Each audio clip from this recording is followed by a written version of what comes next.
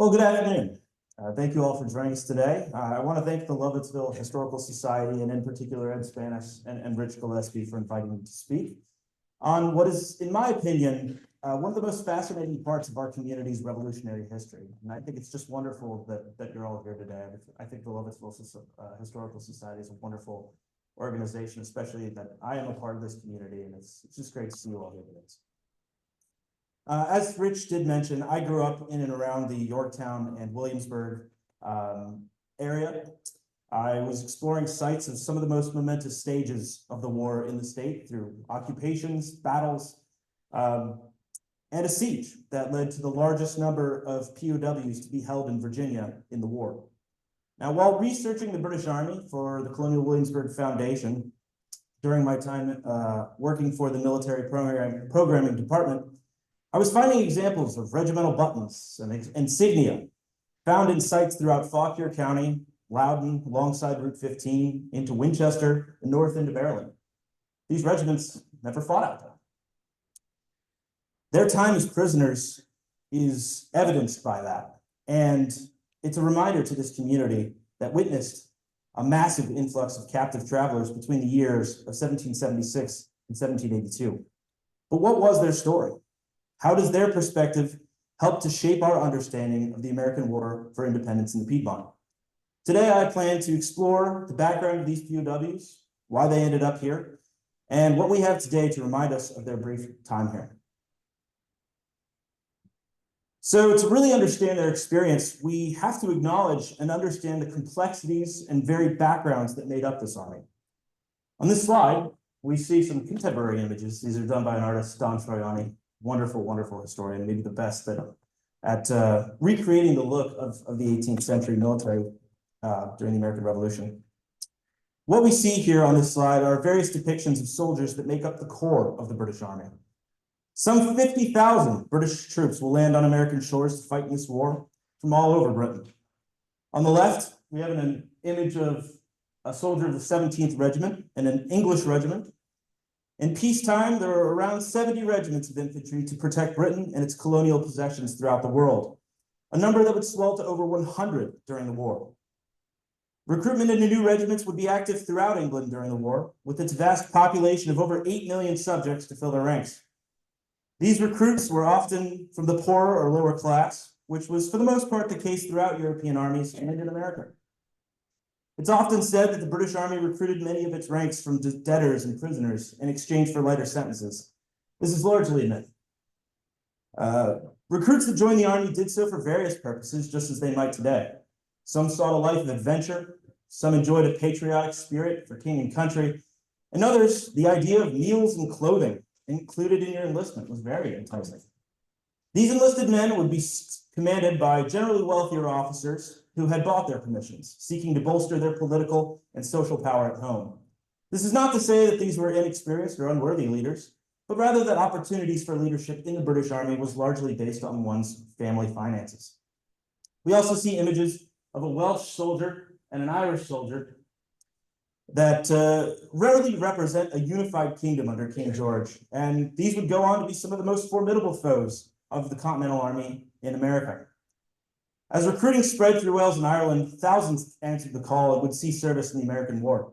The 18th Regiment of Foot, the Royal Irish Regiment of Foot, would experience the very first moments of the Revolution through witnessing the first shots fired at Lexington and Concord in April of 1775, while the Royal Welsh Fusiliers would gain fame as one of the most professional regiments in the Army, fighting in America from 1775 at its very beginning. In fact, they were actually here as the occupying force in 1773, throughout their bitter capture at the Siege of Yorktown in 1781. The other soldier we see here, clad in his iconic bonnet, is a Highlander of the Black Watch, the 42nd Regiment of Foot. Now, I'm going to talk a little more about them, not only because I love Scots Highlanders, but they bear relevance to the story in Loudoun. In a time of peace, this regiment served as the only one of its kind in the British Army. Recruited almost exclusively in the Highlands of Scotland, these troops were known to be some of the hardest fighting, most infamous troops in the army. Having spent the better part of almost 500 years in various wars with England, these Scots had developed a reputation for themselves in combat. Having lost their final rebellion against the Georgian king in 1746, these former Jacobites, as they were called, were now fully devoted to finding redemption through service to the British crown. Scotland, especially in the Highlands, rarely offered the opportunity for upward mobility in the late 18th century. With the average Highland man living on land owned by his clan chieftain or laird, they were often subject to the wishes and the wants of that laird. When the British government came upon and calling upon these chieftains to raise regiments for service in America, the pool of recruits was already there, and these men would be obtained through a variety of means. Some of these chieftains would get their men to join by offering them yearly rent or even rent for the rest of their lives, free rent on their land. Some would simply volunteer their soldiers or their recruits to volunteer. Some threatened eviction, though it seems to be that that was more of a rare occurrence. Recruitment in the Highlands happened quickly because of this. And one regiment, the Seaforth Highlanders, raised almost 80% of its quota, regimental quota, in just 3 days. So that goes to show just the political power that these chieftains had over the residents that lived on their land. Highland regiments would certainly get their redemption for previous rebellions during this war, and we'll revisit some of these Scots later in the story. While the British government was hard at work recruiting for an army in America, they knew that there would be more needed to provide for this war and to protect the empire. In this period of Europe, it was common practice to hire and contract military forces from foreign governments to bolster an army. Such was certainly the case during the Revolution. The British government enjoyed strong relationships with various German principalities and called upon them for contracts. Germany, as we know it today, did not exist, but various princes of different German states had trained their armies to be the best the world had to offer. 6 of these principalities would provide a combined 30,000 soldiers to the British Army. And though today we largely refer to them colloquially as Hessians, as the Hessian state of Hesse-Kassel provided almost 19,000 of those soldiers to the American continent, but they come from all over. We see regiments from places like Hesse-Hanau, Brunswick, Ansbach-Bayreuth, Waldeck. I chose these because these troops will actually be traveling through Loudoun County as prisoners of war later in the conflict. Another term we also see misused to describe these contracted soldiers is mercenary. The term may apply to the German contracted army as a whole, but not the individual soldier. As the army was rented out by the British to a German prince, the soldiers in its army had very little say in the outcome of that. In states like Hesse-Kassel, military service was compulsory. At 7 years of age, every male would register for the military.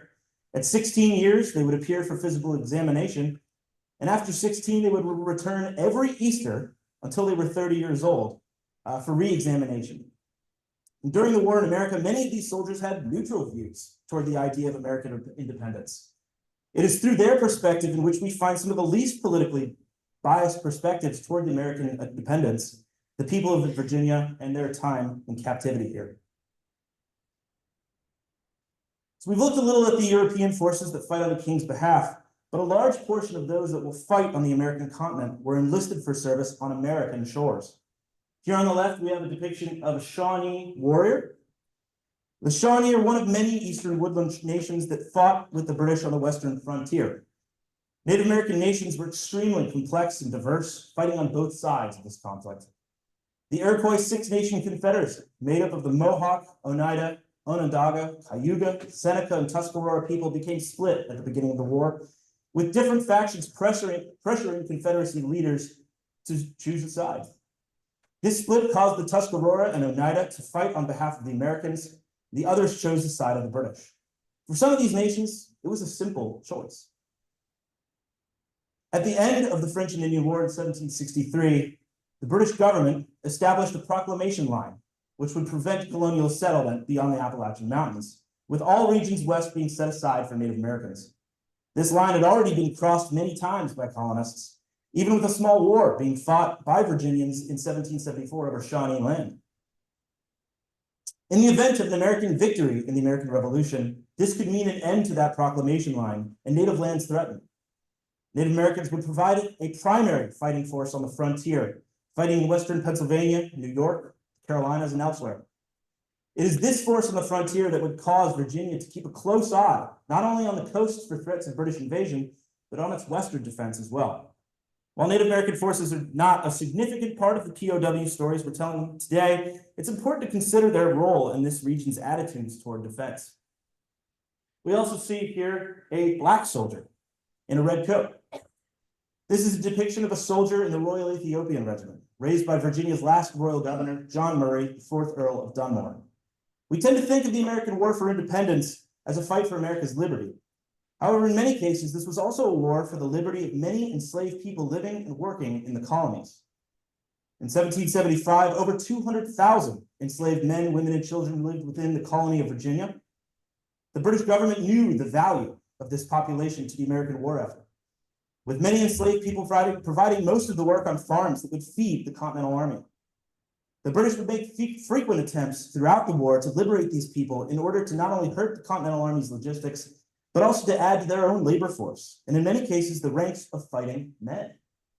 It is estimated that 20,000 liberated Black soldiers served the British Crown, while around 5,000 fought and worked for the American cause.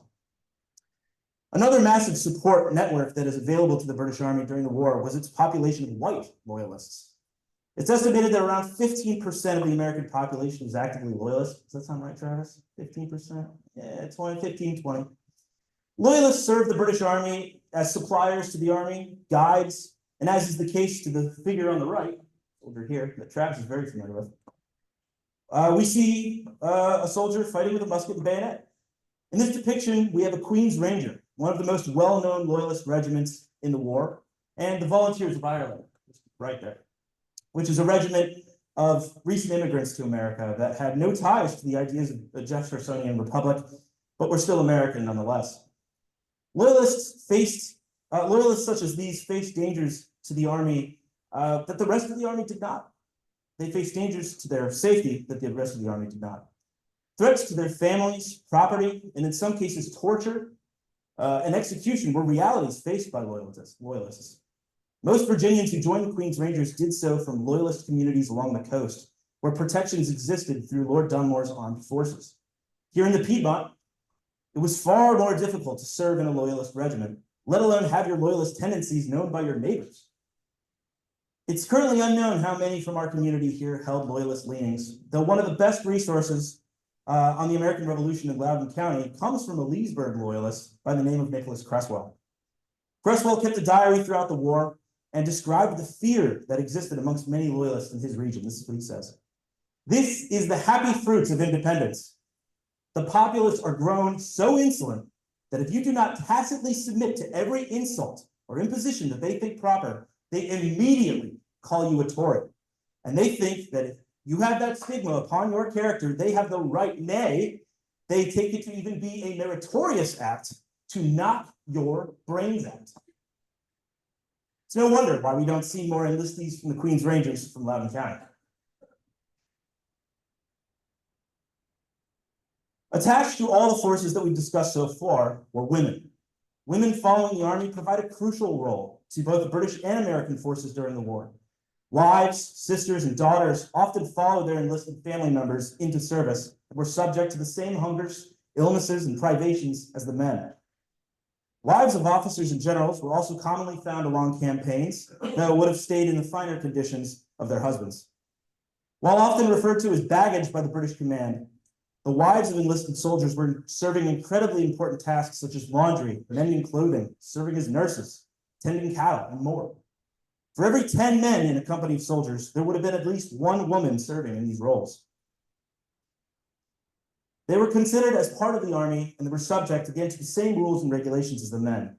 It's important to note throughout our discussion, when we read accounts of the difficulties of these prisoners of war, that women were very much a part of each and every step of this way, and marched through the same snow, the same heat, and faced the same struggles as their counterparts in the ranks. So these forces that make up the POWs that will travel through our region again and again throughout the war, how were they treated? What did locals think of these enemies? And what did they think of the locals? We know that the American propaganda wing was hard at work during the war to build support for the movement toward independence. As part of this, we often see attacks seeking to show the British as barbarians, sending foreign hordes to destroy the country. These are two lines you may be familiar with from the Declaration of Independence. He is at this time, that's the king, transporting large armies of foreign mercenaries to complete the works of death, desolation, and tyranny, already begun with circumstances of cruelty and perfidy, scarcely paralleled in the most barbarous ages, and totally unworthy the head of a civilized nation.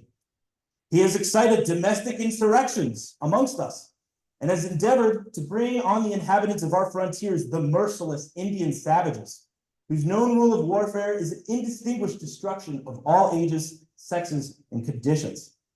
Here we can see simply in our Declaration of Independence, German, Native American, and Black loyalists targeted as perpetrators of heinous actions toward America. This is going to have repercussions when we talk about how they're treated as prisoners of war. Here we see the political cartoon, The Scotch Butcher.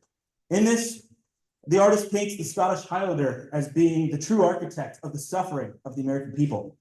Seen within the cartoon are John Stuart, the Earl of Bute, I think he is right there, who is served as previous Prime Minister of Britain and leading member of Parliament, who advocated for British military service in the colonies after the French and Indian War. We also see Lord Simon Fraser, that's right there, who's the leading Scottish noble and commander of the Scottish Regiment, the 71st Highland Regiment. The third we see is the Lord Chief Justice, William Murray Mansfield, who is also born of Scottish nobility. He's right back there. You can also see, I just want to mention this, the English soldiers on the left have thrown down their weapons, and they are shocked and awed by what the Highlanders seem to be doing. In the background, that's, you can't quite see it very well, but that's the city of Boston burning, destroyed by these Highland savages. All right, so you can see how they're taking different parts of Britain and their allies and perpetrating them as these horrible, horrible criminals.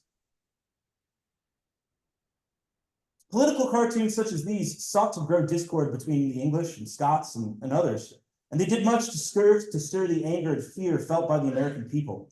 This would result in prisoners being treated harshly depending on where they were located.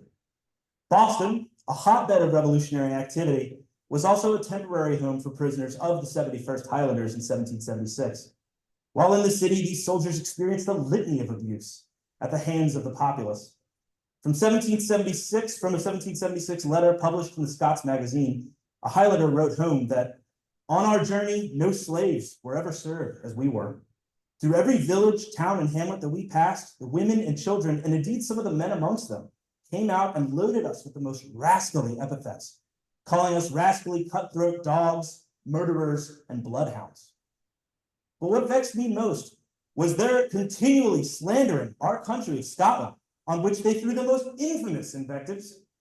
To this abuse, they added showers of dirt and filth, and now and then a stone. We complained to those who had us in their charge, but it was useless. This is going to trickle down to Virginia.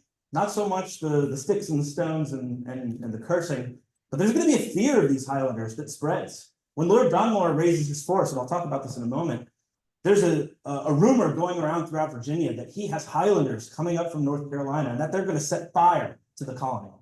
So there's a real fear of this.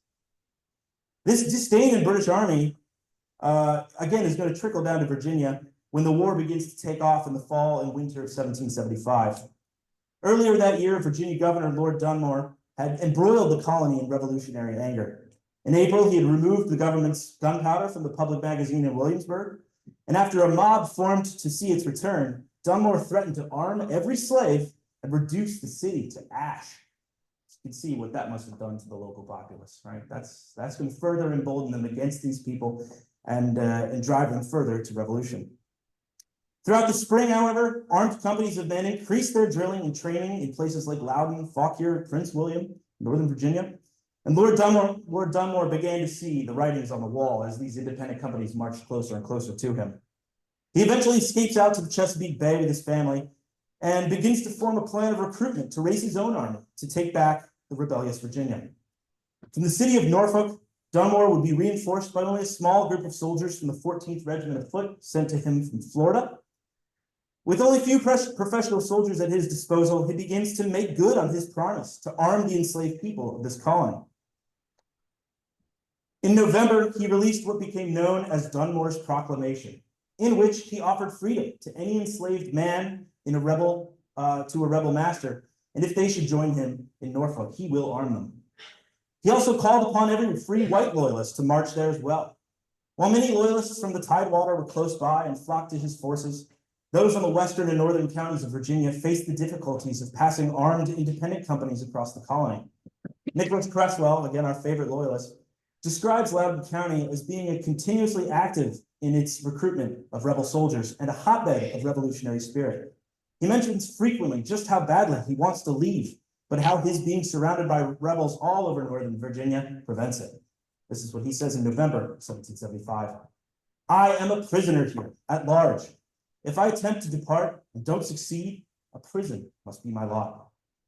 If I do anything to get a living, perhaps I must be obliged to fight against my king and country, which my conscience abhors. I will wait with patience till summer and then risk a passage. By January of 1776, he sees a glimmer of hope with the prospect of being picked up by Lord Dunmore and on the Potomac. I received a letter from Mr. Kirk advising that Lord Dunmore was coming up the river as soon as the ice would permit him and desiring us to send all the wagons we can get. I wish his lordship a safe arrival.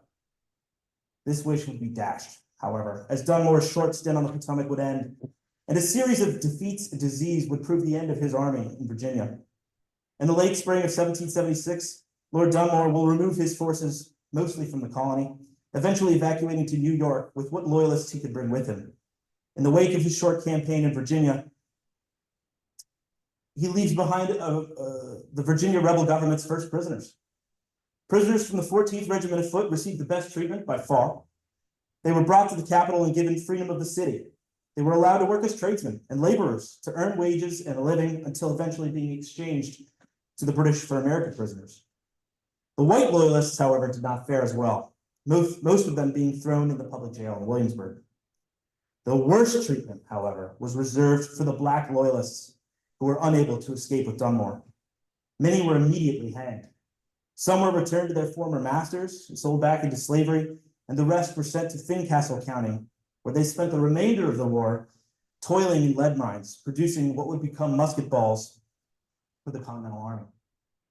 For those lucky enough to have been spared this fate, who escaped with Dunmore, many started new lives in New York or continued service with the British Army, and a few booked passage to modern-day Sierra Leone in Africa to begin their new lives. While Dunmore's proclamation didn't bring the ultimate result he was hoping for, it did set a precedent the British Army would follow upon throughout the war. And over the next several years, thousands of enslaved people would flock to the British Army for safety. Now, while the spring of 1776 would see the end of Dunmore's campaign to take back Virginia, it would usher in a new predicament for the Virginia government. What would they do with future prisoners? At that time, there was no official POW camp or system of dealing with them, and the Congress was not much help either. And this is going to be a debated subject, as additional prisoners were going to arrive in the colony later that summer. In April of 1776, two transport ships, the Oxford and Crawford, departed from Glasgow, Scotland, carrying 200 Highlanders of the 42nd and 71st Regiments bound for Boston. As part of a larger group of ships, they were separated in a storm on May 3rd in the North Atlantic.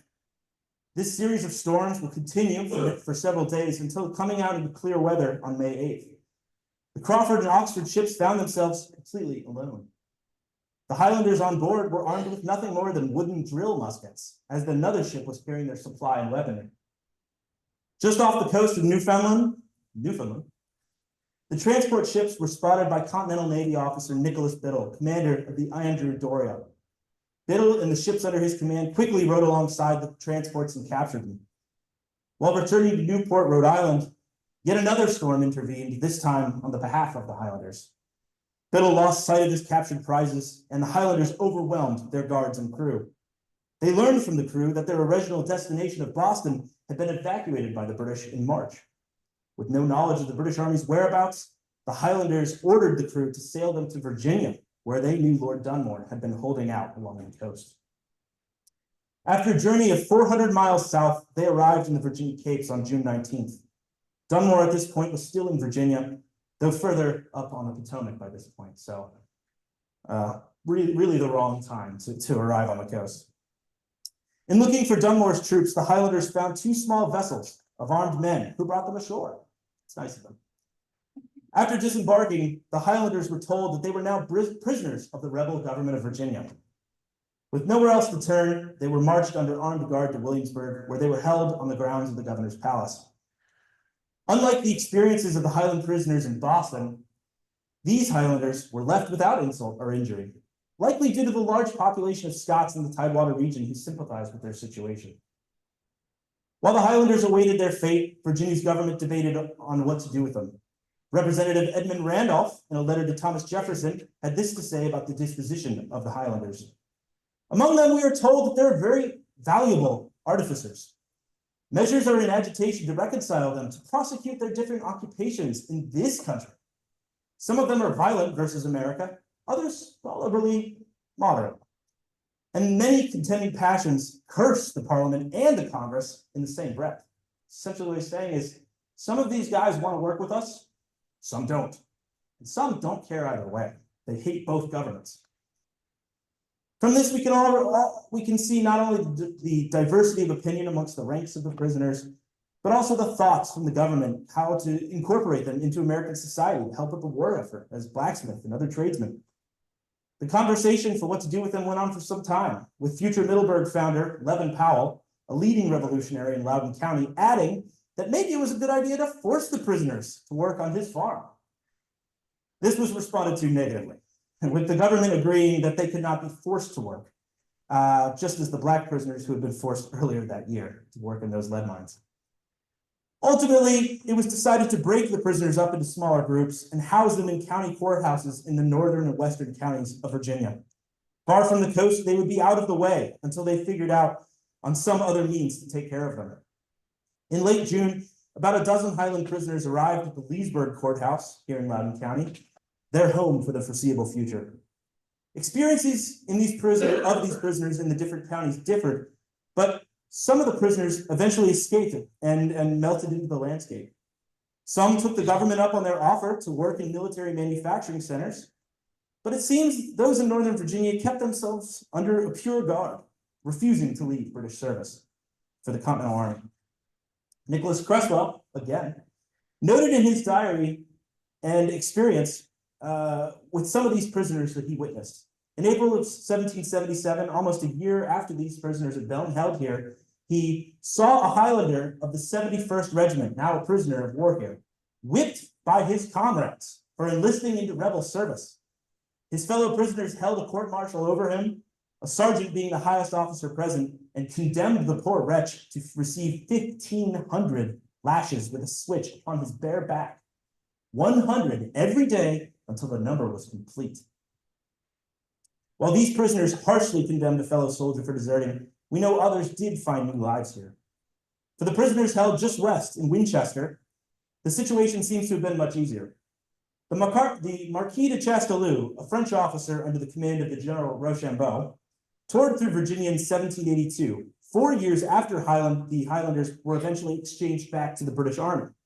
What he found there was astonishing. These Highland prisoners were still there. They'd been here since 1776. And in his journal, he wrote, "Stopping one day at the smith's shop near Winchester in the interior of Virginia, I found one of the workmen there to be a Scotch Highlander in his Gaelic dress, and soon saw several more returning from harvest. These men had been soldiers and were then prisoners, but they were all peaceable, industrious laborers. And I could not find any of them that thought of returning to the barren hills of Caledonia." General Gates had several of them in his employ, and they were dispersed over the whole country, where they appeared completely naturalized and happy. We don't know exactly how many of them ultimately decided to stay through the end of the war. We do know the name of one Angus MacLeod of the 71st Highlanders, who had been with a group of prisoners sent to Amherst County, who not only decided to stay in Amherst, but started a family there, whose descendants still live in Amherst today. In the same year that Nicholas Creswell witnessed a beating of the 71st prisoner, The country saw the largest and arguably most meaningful victory against the British in the war to date at the Battle of Saratoga in October of 1777. For the first time, the Continental Army had captured an entire British army, with almost 6,000 British and German troops falling into American hands.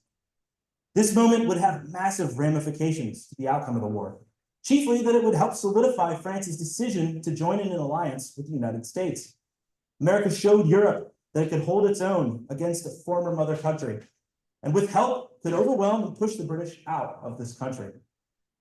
The issue at the time, however, was still how to deal with 6,000 prisoners that they now had to house, feed, clothe, and guard. The terms of the original agreement of the Surrender Convention was that General Burgoyne's army would be paroled, sent back to England on the agreement that they would not raise arms in America again. The problem with this is that with the new French alliance, a loophole existed that will allow this paroled army to return back to England and then take up arms against France. So in essence, we'd be sending an army of 6,000 troops to Britain to fight our new ally. So a difficult position for the Virginia government or for the American government to be in. And with this knowledge, the American government decided to keep the prisoners here. Under a close guard, the prisoners were marched from Saratoga to Cambridge, Massachusetts, where they were kept in poorly built barracks. As the government continued to negotiate the exchange of Burgoyne's army, they were marched south, bound for new prisoner of war camps in the Shenandoah Valley in November of 1778, amidst harsh and snowy weather. The troops traveled along the Carolina Road onto modern-day Route 15, facing hunger, cold, difficult terrain. The Baroness von Riedesel, wife of a Brunswick general, that's Brunswick, Germany, described in her diary the difficult but beautiful landscape in Loudon as they crossed the Potomac at Nolan's Ferry. Before we passed the Blue Hills, oh, that's her, by the way. Before we passed the Blue Hills, we made another halt of 8 days for the sake of the soldiers.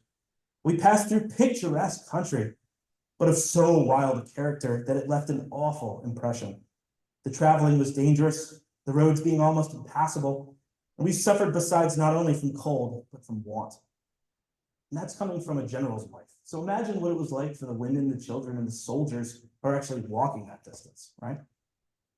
She and the few other 1,000 men, women, and children were marched through Loudon and over Ashby Gap, where they continued on to Charlottesville, where they found hastily and again poorly built barracks. Over time, the prisoners worked to improve their living conditions, though we also see a serious uptick in the number of desertions, as soldiers realized they could leave the army for better lives in the Valley and the Piedmont of Virginia. One such soldier was a 26-year-old Irishman of County Down named Joseph Yeadon, a drummer in the 62nd Regiment who had been captured at Saratoga. As a drummer, his job was to communicate orders from officers to the men, and he would have had every British order memorized on the drum. As the American army was always in need of good drummers, he was recruited out of the ranks of the prisoners and took a position as the drum major in a fledgling Western Battalion of Virginia, being raised to protect the western reaches of the state. His role in this new regiment would have not only been to communicate the orders on the drum, but as drum major, he would have been responsible for training other drummers in the regiment. So one of the most important men that you're actually going to see in the regiment is actually going to be a former British soldier. In 1780, the threat of possible invasion by the British caused the Continental Army to decide to move the POWs from the Shenandoah Valley north to Frederick, Maryland. This would be the second time these prisoners would travel through the beautiful but dangerous landscape of the Virginia Piedmont. The first time Joseph Yeadon crossed the Potomac at Nolan's Ferry, he was miserably cold, wet, hungry, and in a British uniform. On his second crossing, he had his head held high in the pay and uniform of a soldier of Virginia. He would continue service in Virginia's army until his honorable discharge in 1782. That threat to invasion in Virginia would end up being a reality. In January of that year, the turncoat Benedict Arnold entered Virginia with a little over 2,000 British, German, and loyalist troops. Their aim was to disrupt the communication and supply lines of Virginia, cutting them off from other states. They moved through Virginia largely unopposed, other than by Virginia militia, who were neither well-trained nor well-equipped. They burned the military and government supply houses in Richmond and began to establish a permanent post in Portsmouth. Later in the spring, they were reinforced by the forces of General William Phillips and Lord Cornwallis, who took command of the army, forming a force of over 8,000 men. Many of these troops were brand new, having recently arrived on boats from Britain. Others had been hardened veterans of the American campaigns, having been on the continent for over 6 years. Both would serve in almost a year of campaigning on the Tidewater, defeating the Americans under the Marquis de Lafayette and General Anthony Wayne, who also, by the way, passed straight here. That's a topic for another day. Eventually, however, a plan was established to besiege Lord Cornwallis, which, with the French Navy forming a defensive line on the Virginia Capes to cut off retreat or resupply. Then, an army of roughly 18,000 French and American soldiers under General George Washington and General Rochambeau began to dig trenches around Cornwallis's suffering army. Smallpox ravaged its way through the British lines, and the end was in sight. For over 2 weeks in October of 1781, this army would not only face disease, but constant bombardment. One of the veterans of the siege, Johann Conrad Dola, a young man in the 2nd Byward Regiment, recounted the devastation in his diary. When one sat there, it was as if one witnessed the shock of an earthquake.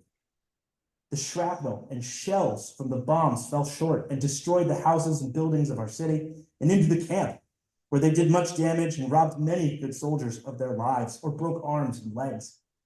He says much more, but it's much more graphic.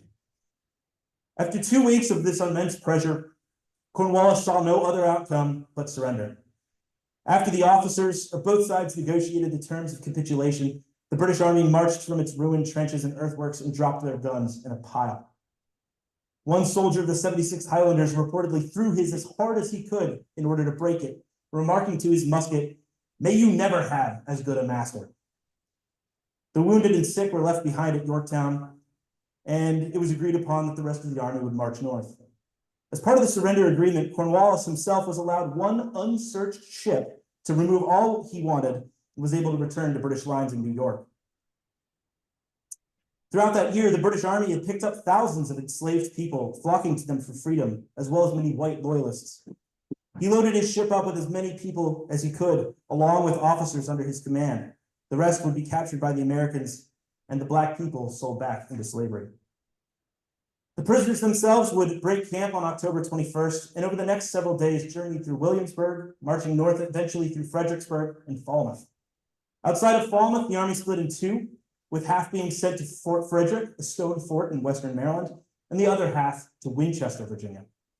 They camped somewhere along the Carolina Road, and on the night of November 4th, having marched over 200 miles on their journey by that point, Captain Graham, an officer of the 76th Highlanders, who described in his memoirs a moment along the lines in Loudoun and Fauquier County, along those lines, somewhere around Middleburg, Upperville, that they were on this road, and the guards that watched over them were from the upper part of the state, and they were called backwoodsmen, between whom and the inhabitants of the lower parts there existed no cordiality.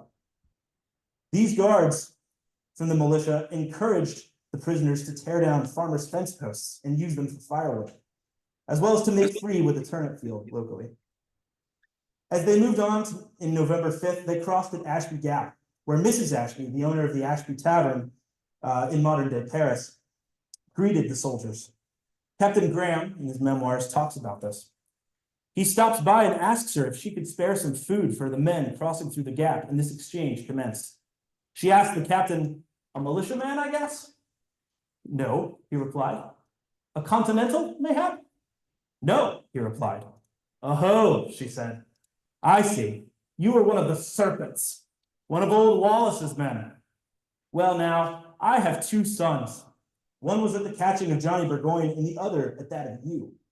And next year they are both going to catch Clinton in New York. But you shall be treated kindly, for my mother came from the old country." So we have an example of a human moment between these Scottish prisoners and this woman of the Virginia Piedmont. The prisoners continued on to the modern-day Clark County, crossing the Shenandoah River in icy cold temperatures. They arrived in Winchester to find that there were no barracks ready for them, and that the huts that existed there were shoddily built and without roofs. It's November. The snow is starting soon.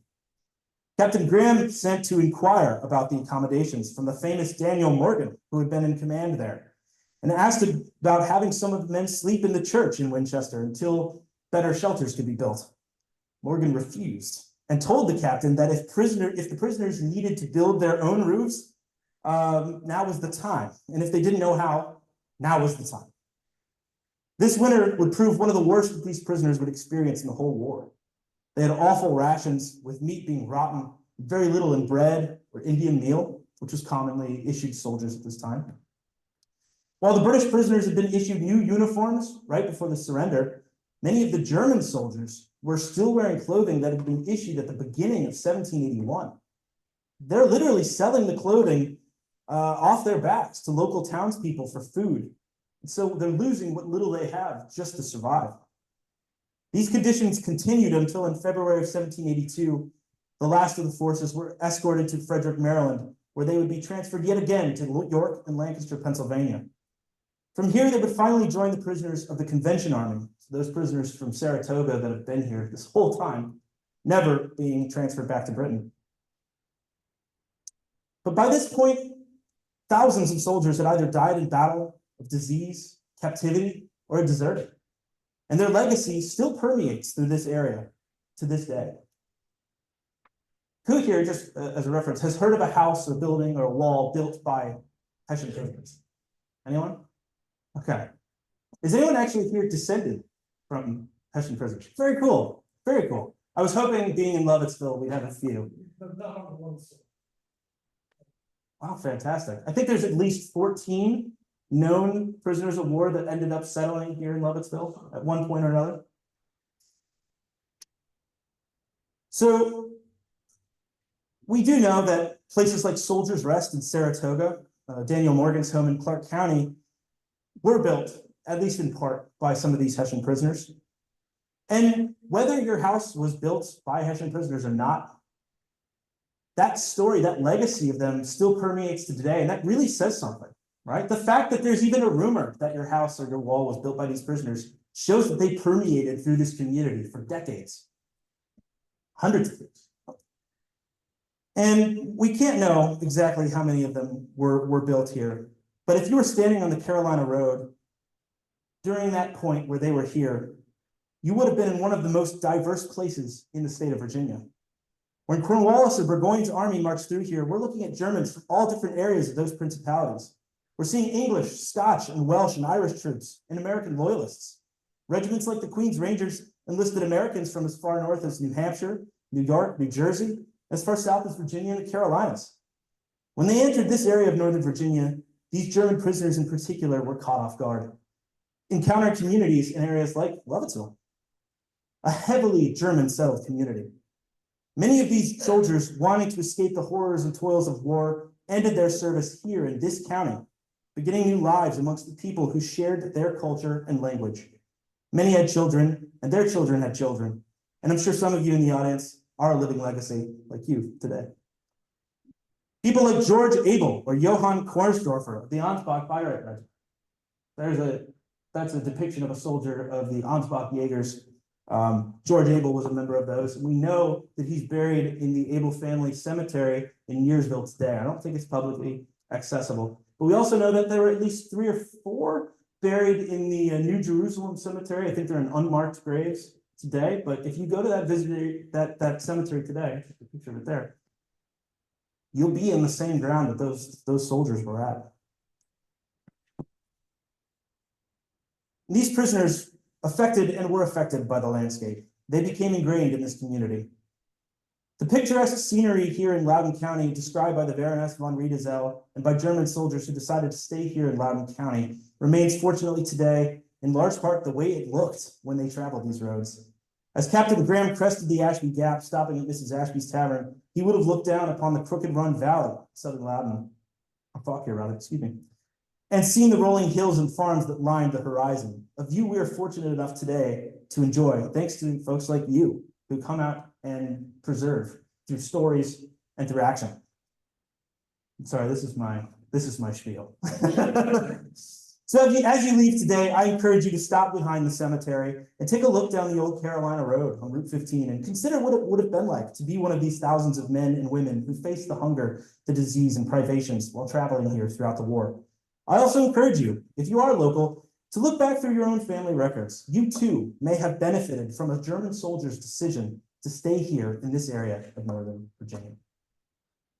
So that's it for me. What questions do you have?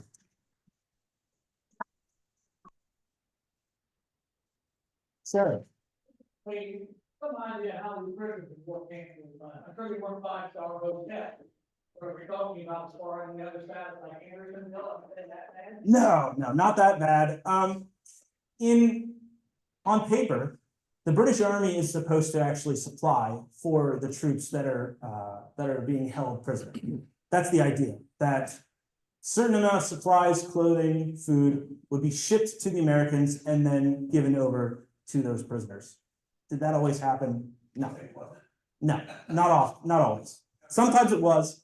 And I don't have all the particulars on that, but I do know those prisoners of Saratoga and those prisoners of Yorktown are not getting what they need to survive. And so something's happening with those shipments and it's not getting there.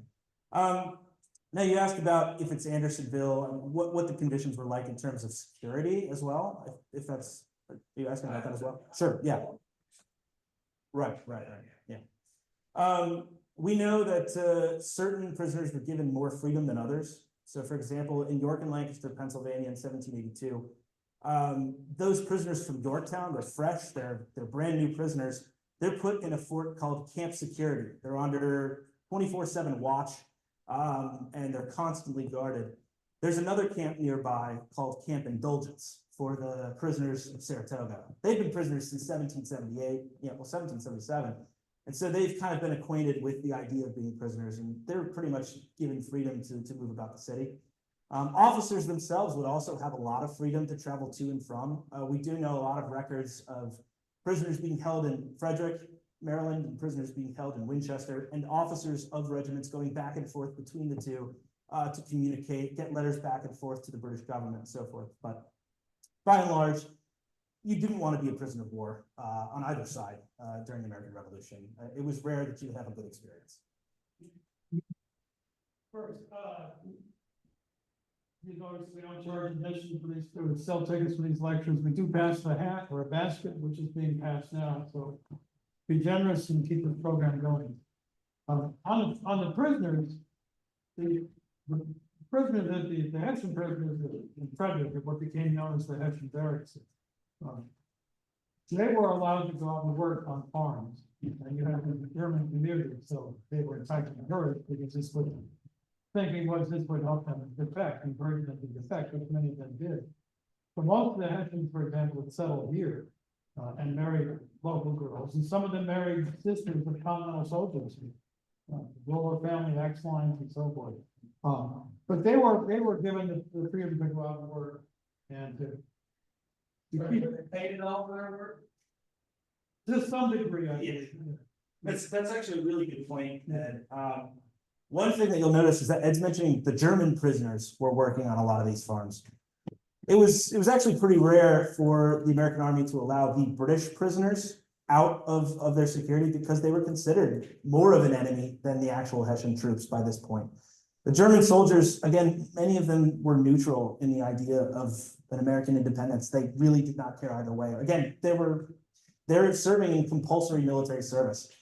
Many of them, at least in the Hessian army, if they were to desert the Hessian army, all of their land holdings in Hesse Castle would be taken from them. Now, how many enlisted men in the Hessian army have land to be taken? They're literally dirt farmers. They have nothing over there. And so many of them are going to take these opportunities to work and live. And that's why you see so many of these German prisoners actually living the rest of their lives in places like Frederick, Lovettsville, and a lot of these other German communities. You don't see nearly as many British prisoners doing the same. Sir. Learning numbers of prisoners have been back to Europe and Germany after the end of the war. It's a great question. I mean, everyone that is not here is going to do that. I don't have the actual numbers of the men that actually returned to Germany. I do know in 1783, there's kind of a deal made with the British government, at least with the British Army. I'm not sure if it extends to German troops, but there's a lot of land in Canada to be settled, and many British soldiers are going to take new lands in Nova Scotia rather than return back to Britain. So they're definitely going back home with far fewer men than they arrived with, for sure. My understanding is like ballpark 1/3 of the Germans who survived end up staying. Yeah. So. That's a good one. Yeah. Less than the Gulf War. Yeah. But one thing that happened at the end of the war, after the Treaty of Paris, is that the British hadn't paid for the transport of the German troops back, which they didn't want to do. So they, at that point, they let them stay. Yeah.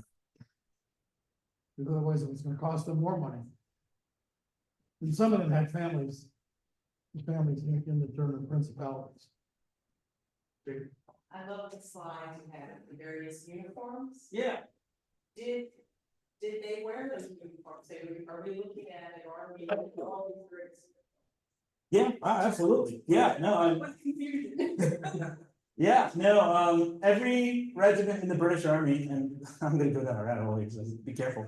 Every regiment in the British Army had a unique set of facings and lace to identify that particular regiment.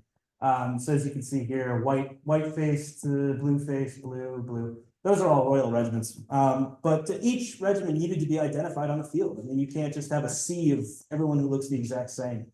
And so, yes, this is how they would have looked on campaign. Certain adjustments are made to uniforms at certain times. Sometimes, at least the Southern campaigns, they cut their coats shorter. So you see a lot of kind of adaptive changes that happen on campaign. Again, the German troops, they kind of get the bad luck in terms of uniform supply because they don't always get everything that they're supposed to get from their uniform distributors. Like I said, at Yorktown, when they surrender, the British Army had just that summer gotten a fresh set of uniforms delivered to the army, and the Hessian troops had nothing delivered. So at the surrender ceremony, Cornwallis makes sure all of his troops are wearing their brand new uniforms because they're about to go into captivity, and who knows the next time they're going to get new clothing. But these Hessian troops, again, they're wearing the same tattered rags that they've been wearing since January of 1781. So they really have the bad luck of it. No camo. No camo. Yeah, well, in the 18th century, and this is, again, another great conversation. In the 18th century, camouflage is not really something that we're trying to do. The nature of warfare in the 18th century demands command and control. If you have thousands of soldiers on a battlefield, you need them to be in one place so that you can give them orders. We don't have radios, we don't have walkie-talkies. So everyone in camouflage spread out through the woods it's essentially a force that you just can't contain. Now, certain measures were taken at that time. The earliest kind of version I can talk about camouflage is this soldier right here, the Queen's Rangers. Lieutenant Colonel Dungrave Simcoe, who commands this regiment, is kind of the one designing their uniform. And he says when he issues them green uniforms that they are issued green specifically to be less discernible at a distance. Now, this is a small unit that is going to be moving largely independently of the larger British Army. So this is a light force meant to go ahead of the main troops moving through the woods. And so they are going to have a uniform that is better for that. Sir.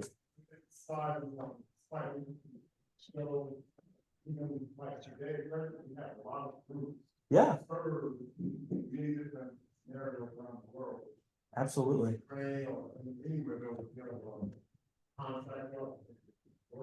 Yeah, the British Army's a very diverse force. They're kind of picking up what they can based on the regions that they're fighting in. Again, if they're fighting the Western frontier, you're going to use the people that are there. Native American forces are going to fight alongside the British in the West, and they're going to be recruiting loyalists on the East Coast because that's where they're at, and that's where they can join the army.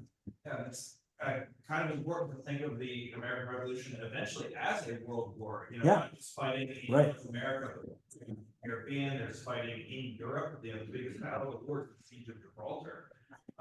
You have fighting in India. You know, some of the most important fighting that's that happens in the Indian subcontinent. So you're talking about people drawn from all of these regions. Absolutely. And also the Civil War. Yeah, right. Is there a problem with recruitment in England of the notion of fratricide? I read the 1920 books, there was. Yeah.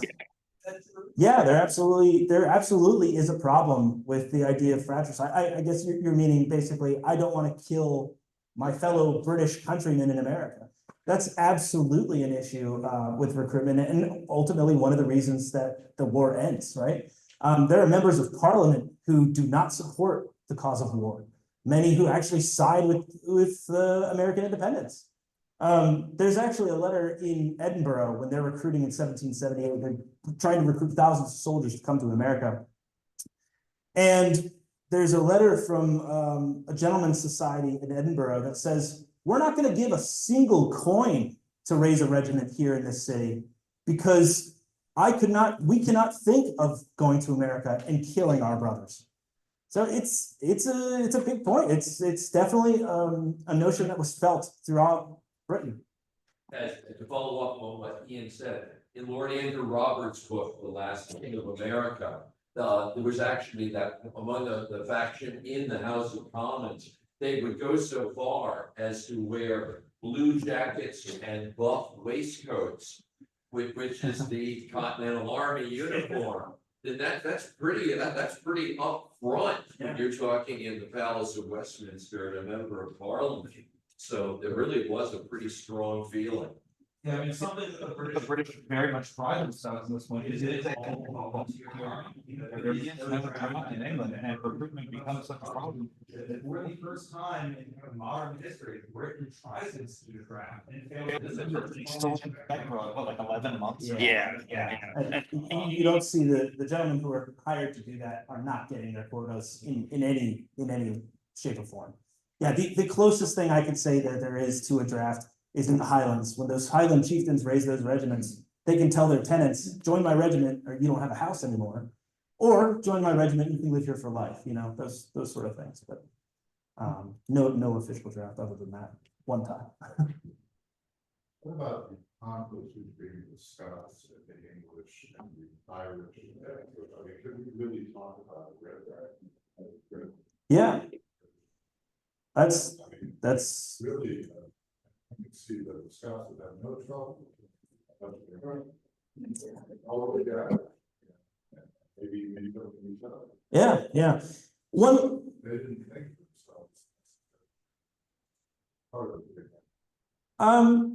it. In certain respects, yes. Maybe more in Ireland, but I will say in Scotland at this point, this is a really big period of redemption for them. At the end of the Jacobite Rebellion, everything is taken away from them. They're not allowed to speak Gaelic in schools anymore, so they're not teaching their own language in schools anymore. They're not allowed to have weapons in their home. They are completely disarmed.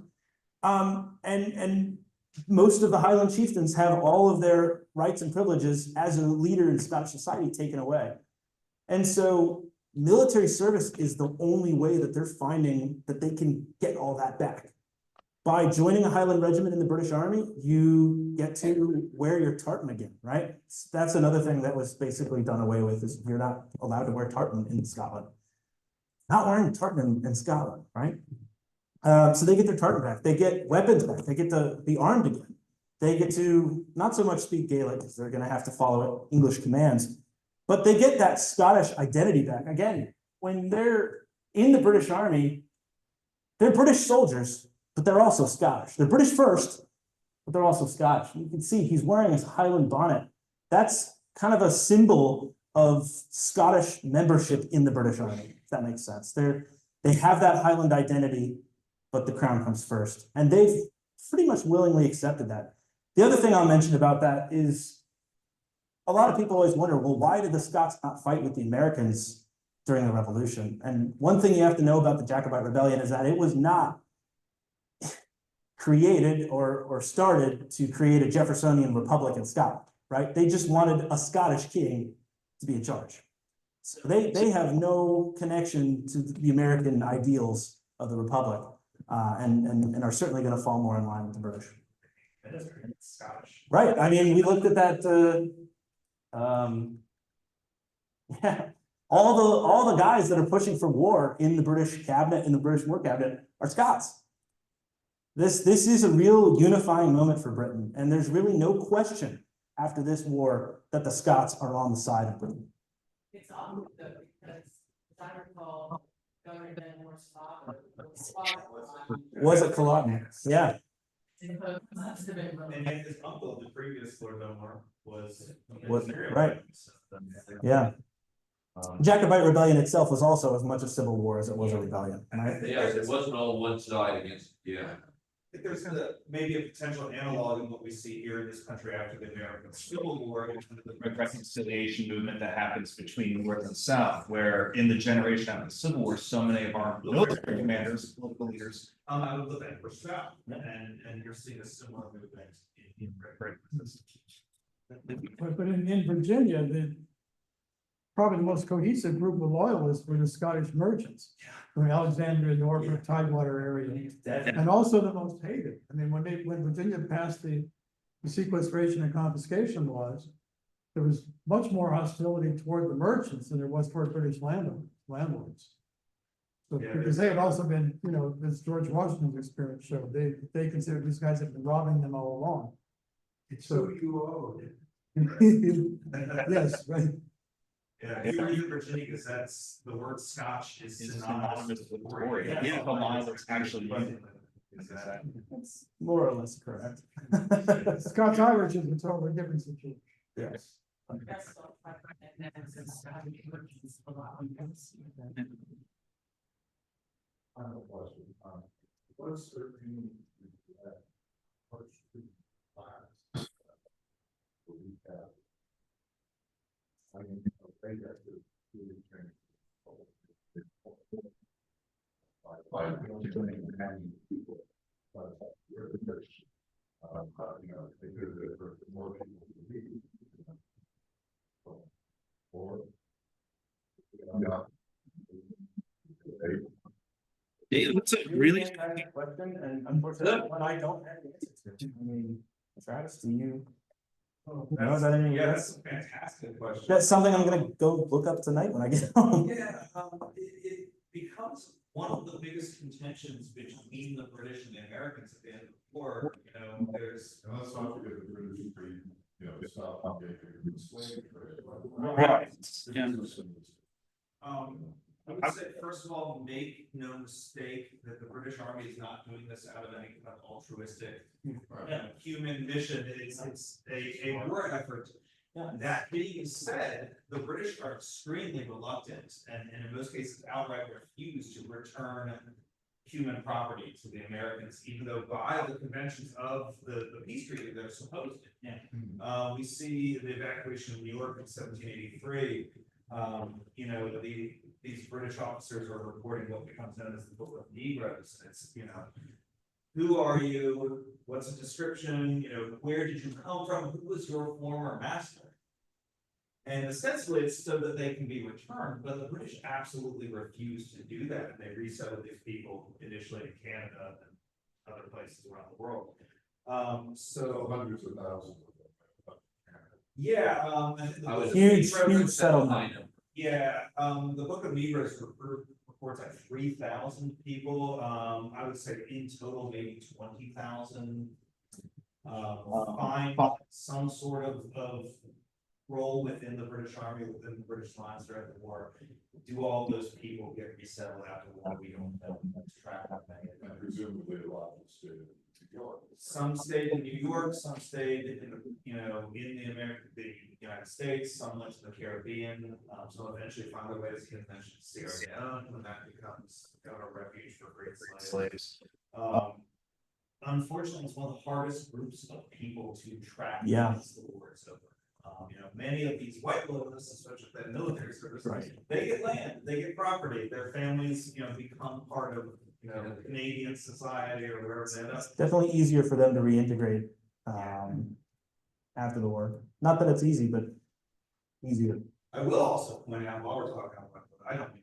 No, go ahead. It's a discussion for everybody. You know, when the army surrenders at Yorktown, the one piece of the surrender that Washington refuses to accept is that white loyalists will be treated as prisoners of war.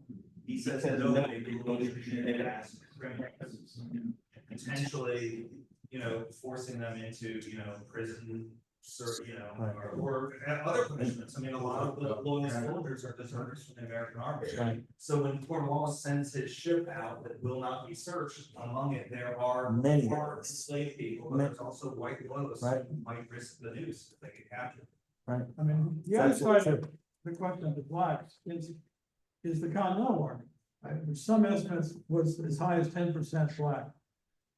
It was an integrated army. It was the most integrated army the United States ever had up until World War II.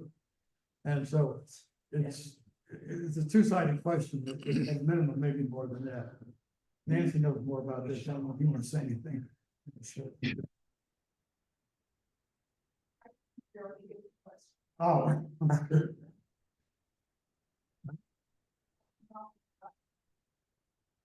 Any other questions?